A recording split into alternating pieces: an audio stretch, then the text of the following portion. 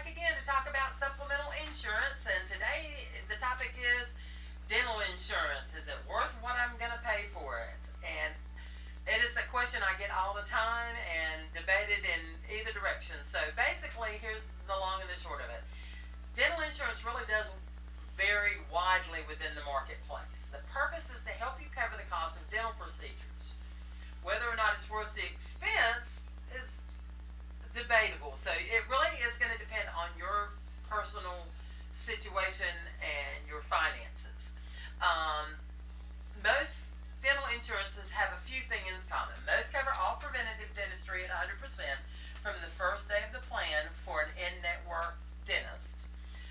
Additional services are generally covered, but there's usually a small deductible, $50 to $100, and there are generally waiting periods involved.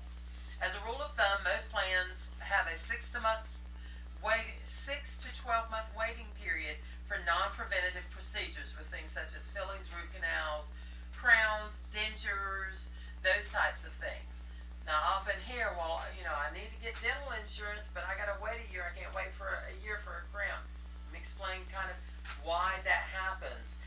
If they did not have waiting periods involved, let's face it, everybody would find out today they need a $4,000 piece of bridge work done, go out, buy insurance, pay for it for a month, the insurance pay for it, and they will drop it. So the insurance companies have to protect themselves that way. So that kind of leads to, well, is this a good choice or not? Well, it depends on what your personal financial situation is. If you've got money in the bank to pay for those things, and it's not something normal, you rarely do anything other than preventative, maybe not. But then again, maybe it is. So the things tend to vary widely in that is exactly what those waiting periods are and how much of non-preventative and dental services are covered. You'd have to look at an individual plan to see what it covers and at what point. For example, some of them cover major dental work at 12 months at 50%. Some of them cover major work at 80%. It really depends on the policy. So to decide if it's right for you, you need to figure out the cost of a full year of coverage and compare that amount to what you would normally spend at the dentist.